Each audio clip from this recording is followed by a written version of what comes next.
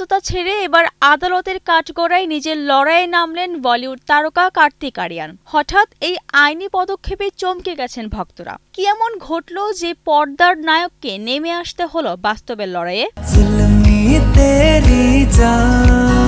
নিজের নাম, ছবি এবং কণ্ঠস্বরের অপব্যবহারের অভিযোগে বোম্বে হাইকোর্টে মামলা করেছেন কার্তিক। তার দাবি, অনুমতি ছাড়াই অনলাইন প্ল্যাটফর্মে তার ছবি ব্যবহার করে টি-শার্ট, মগ সহ বিভিন্ন পণ্য বিক্রি করা হচ্ছে।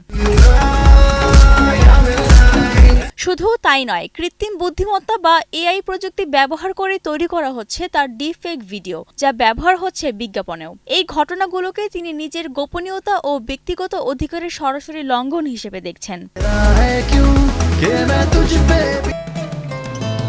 বসুন্ধরা টিস্যু অশুদ্ধতার বিরুদ্ধে এক বিন্দুও ছাড় নয়। এ কারণে একাধিক দেশি বিদেশি ই-কমার্স সংস্থা ও সোশ্যাল মিডিয়া প্ল্যাটফর্মের বিরুদ্ধে মামলা করেছেন তিনি। পাশাপাশি অজ্ঞাত পরিচয়ের জন্ডদের বিরুদ্ধেও শুরু হয়েছে এই লড়াই।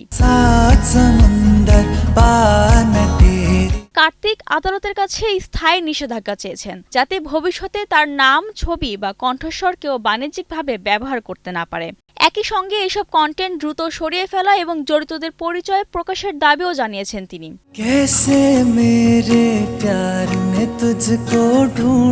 আগামী ৯ এপ্রিল বম্বে হাইকোর্টে এই মামলার শুনানি অনুষ্ঠিত হওয়ার কথা রয়েছে। তার পক্ষে লড়বেন বর্ষিয়ান আইনজীবী বীরেন্দর সরফ। তবে বাস্তবের এই আইনি লড়াইয়ের মাঝেও থেমে নেই তার অভিনয় জীবন। সম্প্রতি তু মেরি मैं तेरा तू मेरी ছবিতে দেখা গেছে তাকে, যেখানে সহশিল্পী ছিলেন অনন্যা পান্ডে, জ্যাকি শ্রফ এবং নীনা গুপ্তা। আগামীতে নাগজিলা ছবিতে ইচ্ছাধারী নাগ চরিত্রে হাজির হবেন তিনি। বৃষ্টি রানী দাস, কালের কণ্ঠ।